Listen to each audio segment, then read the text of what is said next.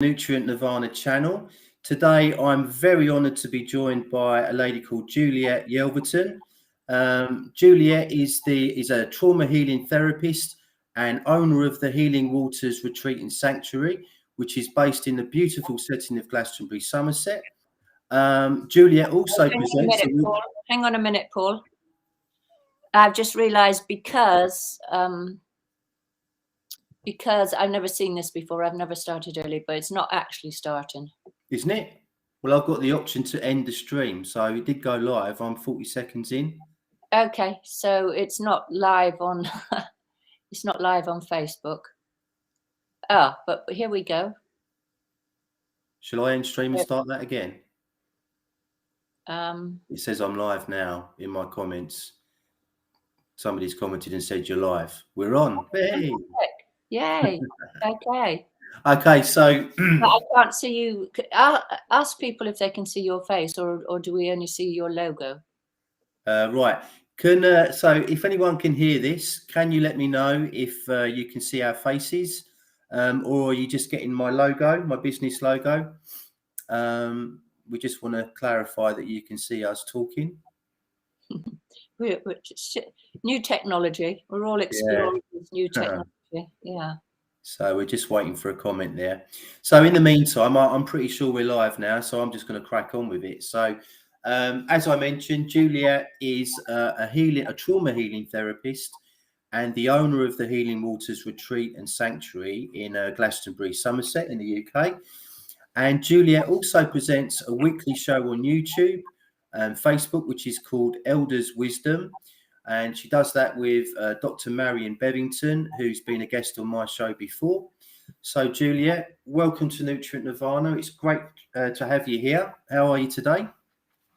Well, I'm very well, but I'm just double checking for anyone that's watching. Can you please just confirm that you can see Paul and I speaking, because I'm still not clear that that's happening. How I am today, I've had an amazing day. Oh, good. That sounds good. Why has it been amazing?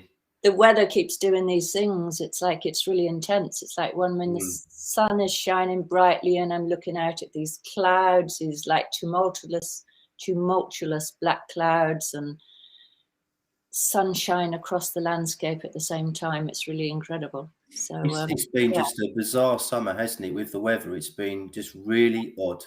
I was cycling up to my allotment this morning, and I felt rain as I was going up there. I felt rain on my head. I looked up and it was blue sky and it was raining and I couldn't see hardly any clouds at all. So it's just the weather this year has been incredible. And of course, we've lost all our tomato plants at the allotment to blight, all 48 plants gone, which is devastating. I think it's been worse in the southeast of England. Everyone on my plot has lost their tomatoes. Some gardeners have even lost their indoor tomatoes to blight. It's incredible. So, it's been an extremely challenging year with the allotment. I don't know if you fared any better in Somerset. I'm not affected by blight at all. I still can't see anything happening on Facebook. So before we go discuss any further, is anybody there who's able to just give us some feedback? Somebody said it is live. Who was that? That was I think that was my wife, actually. Okay, so can she see us? She said it's definitely live. It's going on. I presume she's watching on YouTube. Okay, so she might be watching on YouTube. Yeah, so I think we're definitely live on YouTube. It's very strange because when I look on YouTube, that's not happening like that. It says still waiting. But you know, the internet is being very strange today. Has it? It's not been working for a lot of the day. No. Oh, really? Oh. Well, for me here in Glastonbury, maybe I'm in a bubble. Maybe I'm in a different timeline bubble or something. Yeah, possibly. Yeah. So is your wife just able to confirm that she can see us talking? I'll just find out. Tell a few jokes. I'll be back in a minute. Well, I'm not very good at jokes, but I could try. Now, what's funny about life at the moment? Does anybody know? So it's live. Can you just check now to see it's live? Why are you at breath? I think I'll wait. I'll pass on the jokes because I'm not very. Okay. Yeah. So we are live on YouTube, definitely. Oh, how strange! Nicola's watching us now. Oh, fantastic. Okay, so I'll answer all your questions. How am I today? It's been a very interesting day, and I'm feeling really well resourced and relaxed. And it's been a day a bit out of the ordinary, and yeah, excited to do this interview. Great. Have you been in the healing gardens today? I've been in the healing gardens, I've been in the healing spring, I've been in the polytunnel, I've been under the lime blossom trees opposite Healing Waters. Lovely. Sounds great. Yeah. And I have no blight, but one tip for blight is potassium manganate. Oh, okay. I have something that I bring from France that it's biologically acceptable for organic gardens. Good. And you make a mixture and you spray the leaves, but you need to do it ahead of the time of getting blight. Right, yeah. Funnily enough, my neighbours on the plot are from Romania, and they told me when it was too late, unfortunately, really, that you can mix a pint of water with a tablespoon of milk and spray that on the leaves, and that's supposed to work, or as a preventative measure, I think. But it was too late by the time I tried that, so never mind, you know. It's sad, isn't it? It is sad, yeah. I've only been gardening for about 3 or 4 years, and digging up the tomato plants and throwing them away was just, I was in a right miserable mood all day afterwards. It was just because we were hoping to be self-sufficient in tomatoes and other things, and that is definitely not going to happen now. So okay, so an important thing about trauma is building resilience, that even if you get knocked around a little bit, that you can restabilize and things fall apart, but it's like you have enough capacity to come back to a place of equilibrium, and that you don't get stuck in that mood of like, oh, everything's falling apart, I got it wrong, beat yourself up, I should have done this. Can you be self-accepting? I suppose so. I mean, I'm very determined to make it happen at the allotment. You know, it's really important to me. I think I didn't really beat myself up about it, because I mean, what can you do about blight? If it strikes, it strikes. You know, I know about, you've just mentioned the potassium. What was it again? Sorry. Manganate. Manganate. That was it. Potassium manganate, and there's also the milk and water method as well. So next year, I was thinking I'm just going to grow them all indoors next year, and but you know, there are actually blight-resistant tomato plants that you can grow that I didn't know about. So I'll probably try those next year. It's very hard to grow tomatoes in England. Well, they're Mediterranean, aren't they? So, yeah. But we did really well last year, so you know. So there we are. Anyway, so let's talk about what you do at the Healing Sanctuary. So. I'm really a novice when it comes to this. I've had a good look on your website over the last few days, and I've read up on the various types of trauma healing that you and your team of therapists do, and it all sounds absolutely fascinating. And it's made me think a lot, actually, because trauma leads to all sorts of problems in people's everyday lives, like addiction, depression, anxiety, mental health issues, dysfunctional relationships. There are so many things that a trauma triggers. So trauma doesn't, as such, trauma doesn't trigger anything, but what trauma is a malfunctioning of the nervous system. So it's a physical thing. It's actually a physical thing. It's a physical thing because it's something that's happening in the body. Right. Yeah, it's happening in the body, and what it does is it lowers our capacity for dealing with difficult situations in life. So our brain, our primitive brain, becomes activated into feeling like it's in extreme danger, even when it's not, and then our behavior becomes inappropriate. We get put into fight or flight or parasympathetic shock. We get into very high levels of anxiety or dysfunction because the primitive brain is perceiving threat in the environment. And when that happens, and then our bodies physically go into emergency mode, into defense mode, and we get stuck there. When that's happening, our digestion turns off, our sexual functioning turns off, our immune system turns off, the capacity for rational thinking turns off, because the body is designed in that emergency mode to ditch all those aspects of our functioning, because the priority is survival. So we're in our primitive brain, and we're acting as if we were animals in that moment. Wow. It's primitive. We're purely in that defense mode. Wow. And that's why it has these knock-on effects to all these other things you've mentioned. So whilst that's going on, where our body's been flooded by very high levels of cortisol, and that cortisol, whilst it's useful in that emergency situation, actually causes different parts of the brain to shrink. So we lose the capacity to have an integrated brain that can take in information, process the information, and for our body to work in a balanced way. So, for instance, our metabolism is affected, our immune system is affected, our ability to form relationships are affected, our ability to sleep is affected, we may have digestive disorders, we may get autoimmune diseases. All those things happen when we're traumatized. And you can look at practically any kind of chronic illness, and the roots of it are in trauma. You can look at any kind of addiction, and the roots are in trauma. You can look at any relationship issue, and the roots are in trauma. So the key to healing trauma is about managing, learning to self-regulate, and to repair the damage done in the nervous system, in the primitive brain. Wow, that's incredible. That's very profound, and yeah, it's fascinating.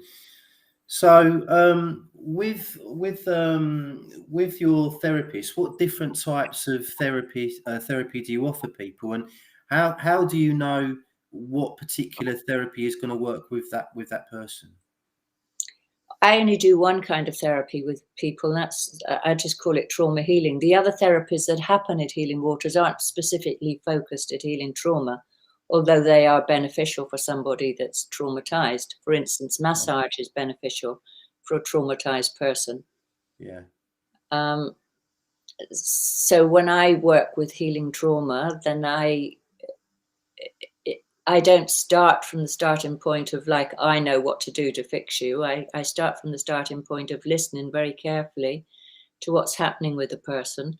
Not only do I listen to their storyline, but I listen to the changes in their skin color, the tension patterns in their body, their gestures, their body posture. And that gives me way more information than the storyline. And what I'm doing is tracking what is happening in the environment that's taken them into this very heightened stress response. So when I see them, when I witness them going into a high level of activation, then I bring their awareness to that, and I give them ways of recognizing that that's happening, and ways of actually bringing that activation down again, so that the nervous system begins to be retrained and they learn how to self-regulate. So then you become in charge of yourself, rather than feeling a victim, rather than just, that things can go on around you and your life is falling apart. You can actually create the life you want when you're able to track what's going on in your body, and notice what your responses are, and what's upsetting to you, what's not upsetting, and having the means to change it. So trauma healing is all about careful listening. Right. Okay. And what about childhood trauma? If does that mean that if somebody suffered a trauma in childhood, that it's more sort of deep rooted, and will take longer to heal? Absolutely. So you can look at trauma in two ways. You can have chronic trauma or acute trauma. So acute trauma might be something that's happened as a result of a car accident, and that you had an excellent childhood, you were really well supported, no undue stress as a child, and that you're generally coping with life, and then you have the car accident, and then that leaves your nervous system in that state of being overly activated. So a smaller amount of therapy work will help you to regulate back. And there are particular approaches like EMDR, eye movement desensitization repatterning, that is very useful in that kind of acute trauma situation. But if you've had things happen from childhood, then this becomes much more deeply embedded in your nervous system. Not only that, so we would put a blanket term of developmental trauma over that.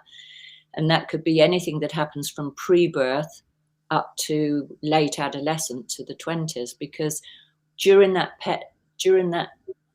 time duration, your brain is developing, and depending upon what thing happened at which time, it would impact a particular part of your brain. So the very earliest developmental trauma is what one would refer to as attachment trauma, and the parts of the brain that's all to do with relationship get very profoundly affected. Right. Okay. And when I read a little bit about prenatal therapy, and so in other words, somebody, or when you're literally a fetus, that you can actually suffer trauma while you're not even born, which I think a lot of people would kind of think that was unlikely, that you could actually have this like a physical injury to your nervous system or to your brain that was caused while your mum was pregnant with you. I just that seems well. It just could you explain how that works?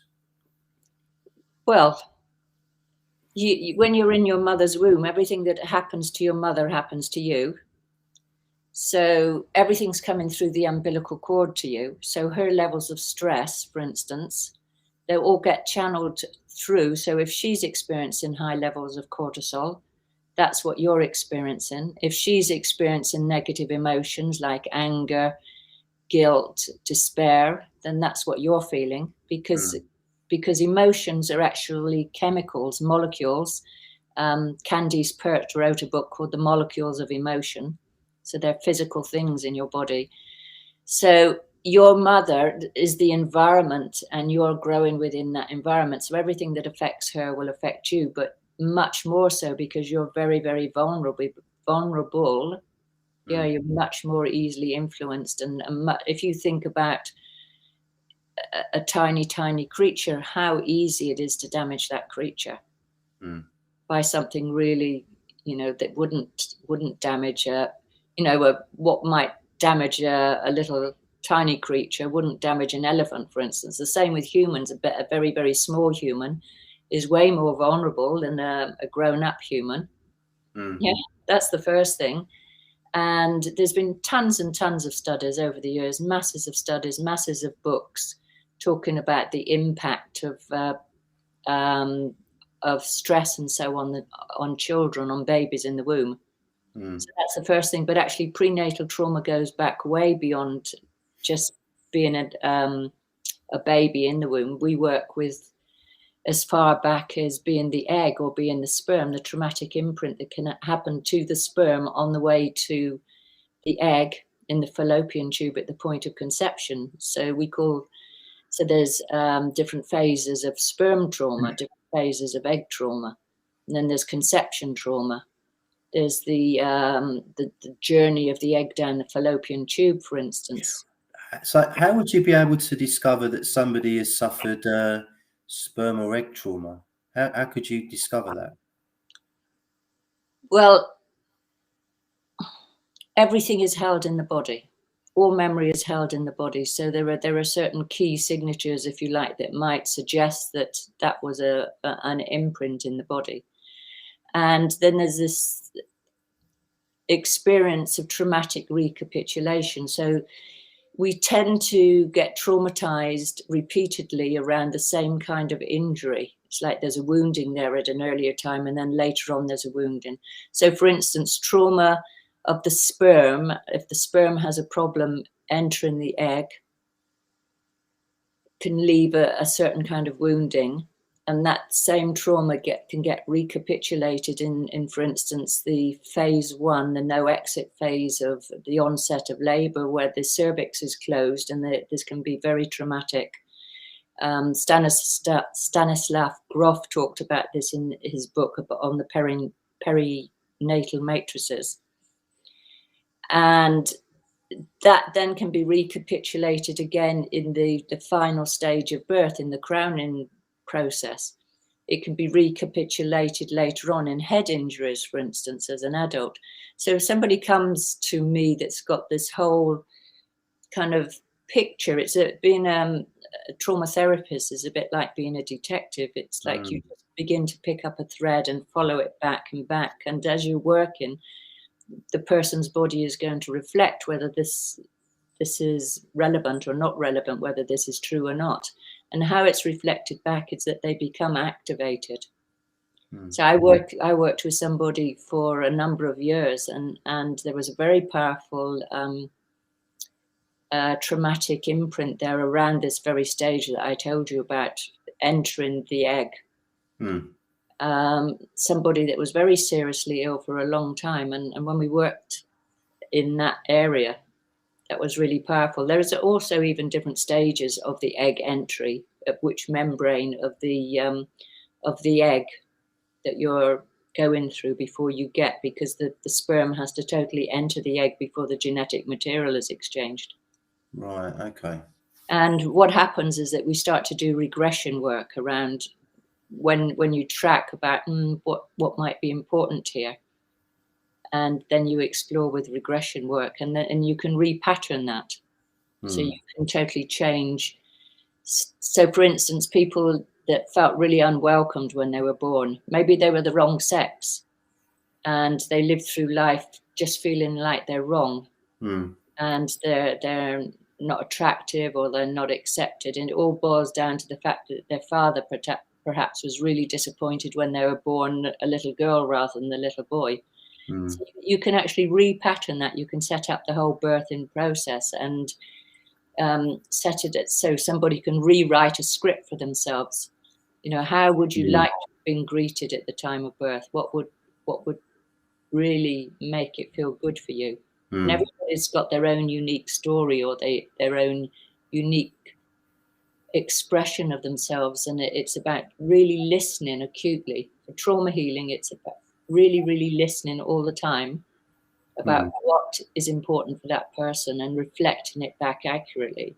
And then when you do that, then that's really powerful, and people will have a very, very powerful spontaneous experience of repatterning, where the neurons in the brain actually begin to reshape themselves. The connections change between one neuron and another.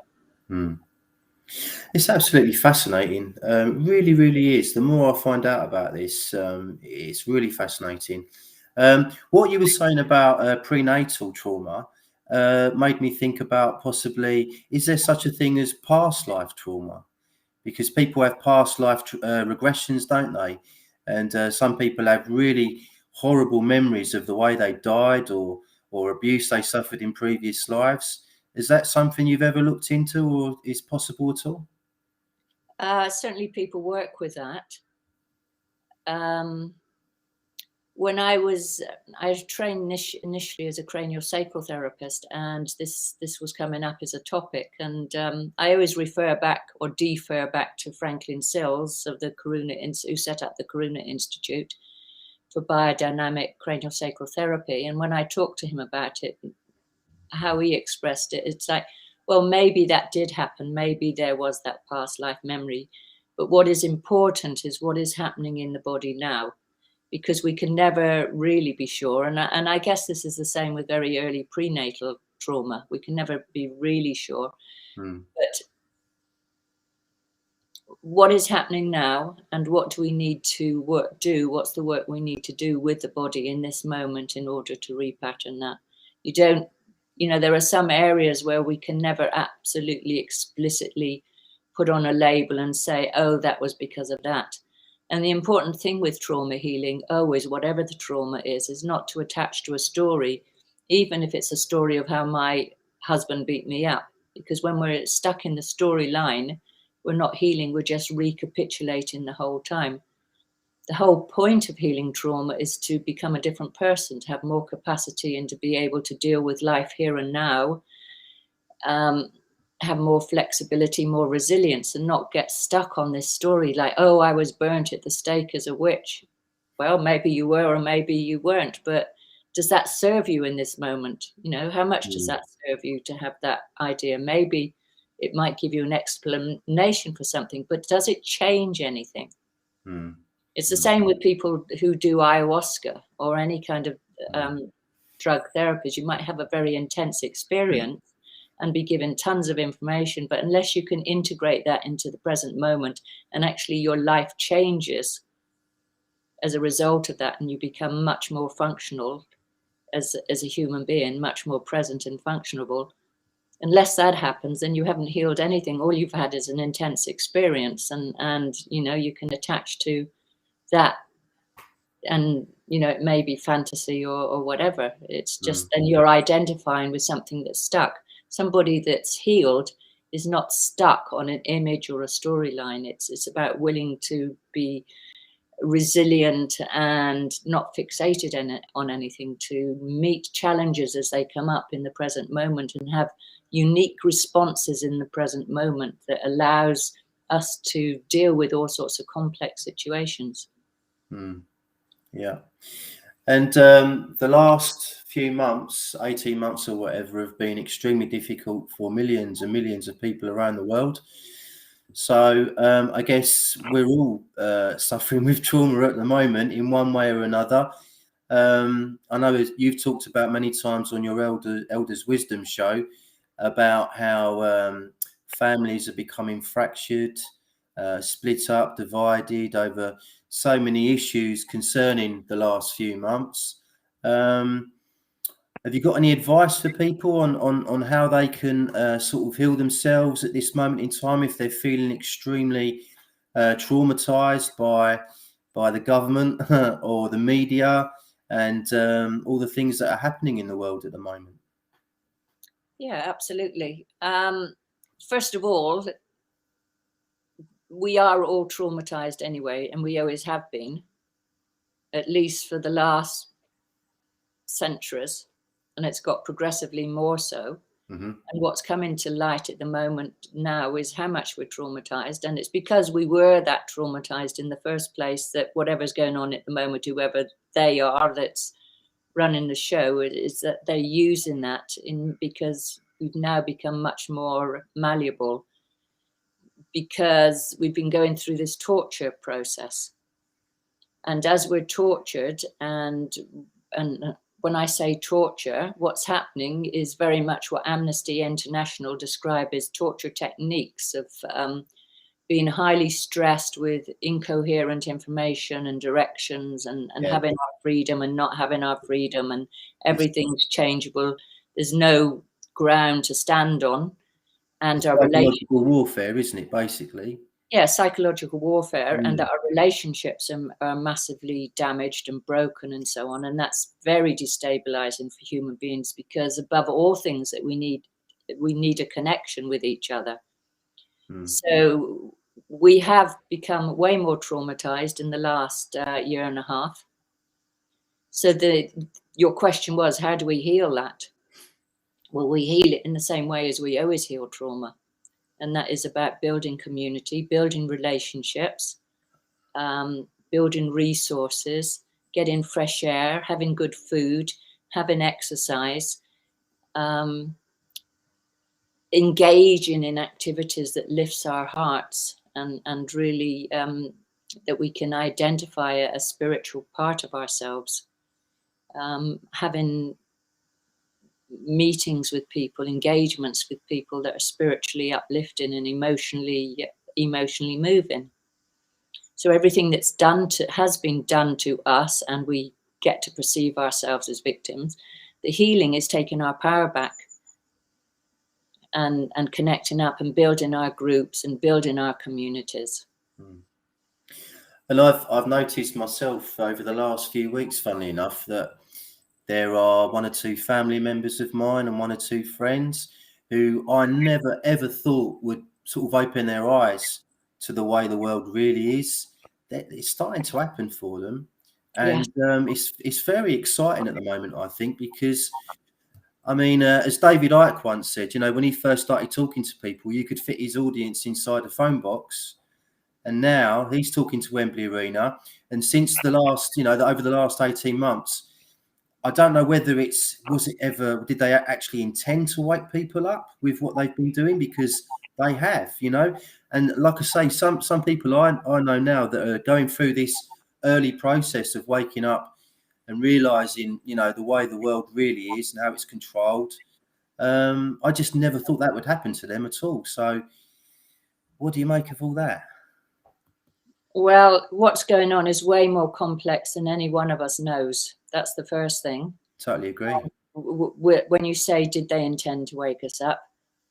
I think we have two forces at work, which we all agree on, and that's the force of evil against the force of dark, light and dark, if you like, good and evil happening. And in that battle that's happening, it's hard to know which thing is happening as a result of which action, of which group. Yeah. So it's very complex. It's a military thing. It's a strategy, and a lot of the moves are being hidden. Sometimes we think the dark forces are doing something, but there's something being rolled out by the light, and the result of that is that we do wake up as well. So I can't really give you, I can only guess at it just the same way as every single person is guessing. I don't think there's a person on this planet that can tell you exactly what's happening, because there's lots of different individuals concerned, lots of organizations, and there's this tremendous battle going on. So stay in your hearts. Stay in your hearts and your communities, and you know, whatever happens out there, that you're anchoring a very important piece for yourself and for your community. Just like stay with that and anchor that, because particularly in this moment, things are very intense. Well, on that note, that reminded me, what you just said there reminded me of the word hopium. I don't know if you've come across this word before, hopium, but it's kind of aimed towards the people that think that Donald Trump is going to save the world. In other words, they think that, you know, if you're looking for it, some people need to have a savior, you know, and personally myself, I reject all that. I don't want anyone to save me. I want to save myself the best way I can, using various methods like growing my own food, not interacting too much with mainstream media, thinking for myself, etc. All these things. So, I mean, I think I spoke to you before, and Marion, about the QAnon movement and what you thought of that. I think Marion said that she was quite impressed with it to start with. They asked some good questions, but maybe it's been hijacked. Did you ever follow that movement at all? Are you a Trump fan, or what do you think about all that? I look at everything. I explore deeply, and we can never judge when it's like when you frame that question about hopium. It's it kind of embedded in that is this feeling of judgment, like, oh, they're doing that and they're wrong, and like, you know, we're all different. Every one of us is different, and if there's going to be any hope for humanity, if you like, is that we stop judging each other. And we can never know what it's like to be another person unless we've walked in their shoes, as the Hopi Indians say, or maybe it wasn't the Hopi Indians. It's like we all have needs that express themselves in different ways, and sometimes we need, part of our healing is to feel like there's somebody that's going to save us. You know, that's like we're being triggered into our own particular collective trauma, in our collective, but also our personal trauma patterns. And for many people, we were lost, we were frightened, we were under tremendous threat as young babies or young children. And, you know, that's embedded in our own trauma pattern, that maybe there's somebody that can help us. Okay. So just to put them down, it's like part of their healing process that they find their own power, and eventually they are able to step onto that path of self-empowerment and doing those things. But it's a long, complex journey. So it's for all of us, as much as we can, is to build compassion both for ourselves where we are afraid, where we do find it difficult, and to hold that same compassion for other people, even if they appear to be acting in a completely nonsensical way or whatever. Yeah, I totally agree with that. Definitely. Yeah, try and stop the judgments. Yeah, it's fascinating. So, can we talk about your healing gardens? Because as a gardener, I'm very excited by your gardens. I've watched all your gardening videos on YouTube, and it's I encourage anyone who's watching this to do so, because the grounds are absolutely stunning. You can see the Glastonbury tour. It's like a stone's throw away from the healing gardens. There's all sorts going on there. There's wild areas, you're growing food, there's a polytunnel, there's ponds, there's like meditation corners and stuff like that. It's a wonderful place. I can't wait to visit. So when did you start the healing gardens? How did that come about? Well, I started them about 11 years ago, but I've been doing self-sufficiency gardening since my early 20s. Wow. So I was 8 years in France where I was entirely self-sufficient. I have a farmhouse there, and grew all my own food and kept goats and made cheese and all sorts. So it's just in my blood. I just love plants. I love nature. And that came very much out of my childhood trauma patterns, if you like. Yeah, it sounds like you were ahead of your time, because I've only just woke up to this recently. Interestingly enough, over one of the plots that I work at the allotment, when I first got my plot, which was about 4 years ago, there's about 25 different plots there. About 3 were in use, all the others were empty, and then the first lockdown happened, and it went mental. Literally over the course of about 2 weeks, the whole place filled up straight away. Wonderful. And, a lot of young people as well, which is really good to see. So in a roundabout way, whether it's intentional or not, what's happened over the last 18 months has certainly provoked some really good things to happen. Yeah. So there's more. There's 2 ways of looking at all this, really. So sorry, did I cut you off then talking about the garden? No, not at all. Not at all. Yeah, brilliant. So do you use the no dig method, permaculture, or are you a more traditional gardener? Do you get the spade out, etc.? I sometimes get the spade out to dig up dock roots or burdock roots, which I harvest and make burdock coffee with. Other than that, I tend to use my hands most of the time as the only tools, and then I will either pull out weeds. But yes, I focus on no dig, using cardboard and compost and planting through, except the gardens have turned into a complete jungle this year because we've had so much rain. The weeds are mad, aren't they? The weeds are incredible. Yeah. Yeah, but I love I love the way that nature just brings in something totally unexpected, and that you like to see a new plant and that, oh, what's this going to be and where did it come from? So I like to let things grow. And that is my approach to gardening. It's like everything's welcome here, and it's my garden is more like I'm tending a wild area and I'm foraging. I like that approach. I think if I took that approach on my plot, I might have 1 or 2 neighbours that sort of look down their nose on me for doing that. But well, it's the slash and burn mentality, isn't it? Which is what happens with the pharmaceutical industry. It's like nature is intelligent, our bodies are intelligent, and that if we try and improve on nature. Yeah, we can never improve on nature, but if we garden our bodies, if you like, if we support the good things, and then the bad things will fall away.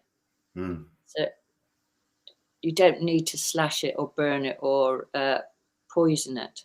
But the body, this intelligence is at work within us and with everything around us, and it's always given us benefits. It's always given us beautiful things. Even like in a garden, the stinger nettles. I've just been harvesting them because they're the seeds are an amazing. Yes, I heard you talk about this the other day. I thought that I didn't know that because we've previously dried out nettles and like dehydrated them and turned them into powder. Because not many people know that stinging nettles, I think, hold the most vitamin C out of any plant in the world. I could be wrong, but I think I'm right in saying that. They're incredibly nutritious. So I've been adding them to smoothies and things like that.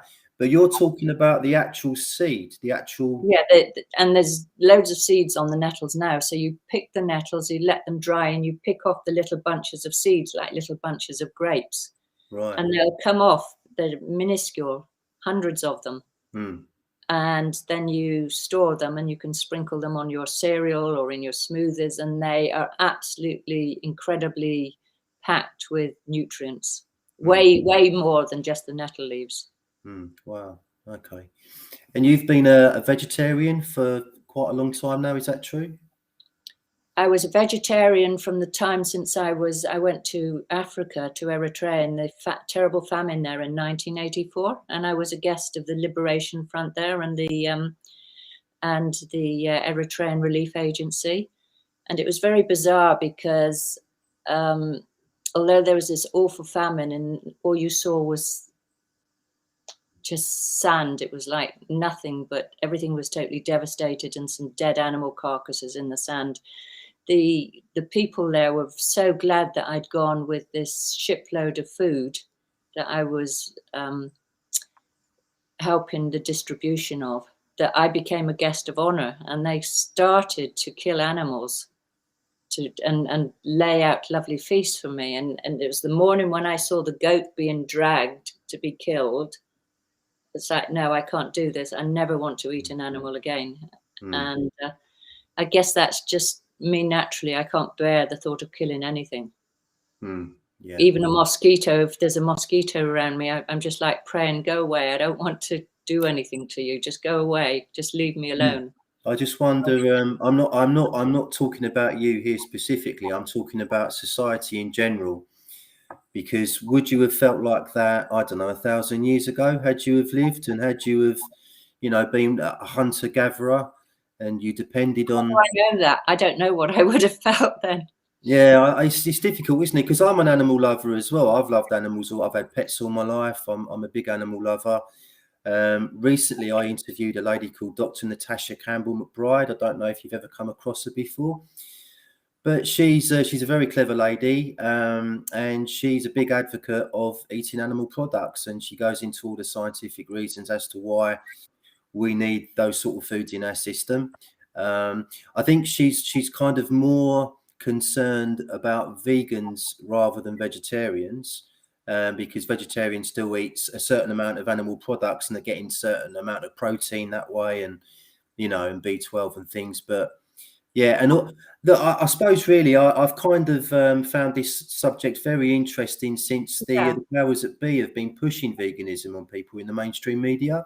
Well, that's a whole nother thing. I'm an advocate of people deciding for themselves what suits them and tuning in. So I'm very much about self-empowerment. It's not power over. It's like you're deciding, what moves me spiritually, what makes me physically feel good, how do I feel emotionally connected with this, and it's like each one of us is on our own journey. And with regards to Eritrea, with the famine, and there were nomadic farmers, I could perfectly well see why they were eating meat. Yeah. Sure. With regards to what's going on at the moment and this global agenda that's being rolled out, and this Marxism that's being taught in the schools, and this, the whole thing about climate change and become a vegan, people are being hijacked. That's my sense. Our good intentions are being hijacked, and we're actually being manipulated. And it's not so innocent as people thinking they're making choices for the good. Their goodwill is being hijacked. Particularly with the veganism. And there are things in those products, some of these products now, that perhaps you wouldn't want to put in your body, that perhaps aren't just plant-based. So what do you mean? But I don't know for certain. I've just heard about this. Right. Okay. Well, I know that Bill Gates is buying a lot of land in America and Canada, isn't he, and all over the world, and he's going to be growing lots of GMO crops and stuff like that. So I guess the veganism thing is kind of pushing people possibly towards GMO crops in the future rather than natural crops. So I think it's a manipulation of humanity again that's happening there. yeah, sure. And it's very evil. Yeah. Okay. Well, I think if you don't mind, I'm going to wrap it up there. I know I'm going to press end stream and think of about 50,000 other questions I could ask you. So I'd love to do this again if possible. Yeah, I'm really happy to do it again with you. Yeah, and I've been absolutely fascinated listening to you talk. It's been a revelation for me on the subject of trauma, specifically, and other things. So I hope to talk to you again. Thanks very much for coming on. I wasn't planning on going live, but Juliet talked me into it. So there we go. So let's just hope that it worked out okay. And like, yes, I did chatter away at the beginning, like, Good. are we really live or not live? I still don't know. But your partner said we are, and that she's watching us. So let's just hope that's happening. And it's my computer that's not showing me. It's a bit like what's going on in the world at the moment. It's like we're all getting different views, and like what is real and what's not real. None of us actually know. Yeah, it's easy to divide and conquer people, isn't it? Yes. So let's not be divided. Let's if we don't want to be conquered, let's keep our hearts in a good connection with ourselves and each other. Right. Okay. Yeah. Totally agree with that. Hello, Marion Woodson is watching us at the moment. Hello, Marion. Right. Did you put it? Did she ask any questions or say anything? No, she just gave us a little wave. Oh, lovely, lovely. Oh, yes, I see now, Marion. Fantastic. Yeah, brilliant. So thanks for watching, Marion. And as I say, I hope to do it again. I hope to visit you very soon at the Healing Gardens. You're very welcome. Yeah, I'm looking forward to that. Really looking forward to it. I've never been to Glastonbury before, which is crazy. I love that part of the world. I've been to Avebury many, many, many times, and all around that area, but never Glastonbury. So it'll be a first for me. And probably the best way of doing it is coming to your healing retreat. So Healing Sanctuary, yes. Lovely. Yeah. Thanks. All right, then. Thanks very much, Juliet. I'll link all your information underneath the video when it goes up. And anyone that's watching, please, if you're in the Glastonbury area, visit Juliet, visit the gardens. They're really spectacular. They're beautiful. So thanks for watching, everyone, and speak soon. Cheers, Juliet. Yeah, bye.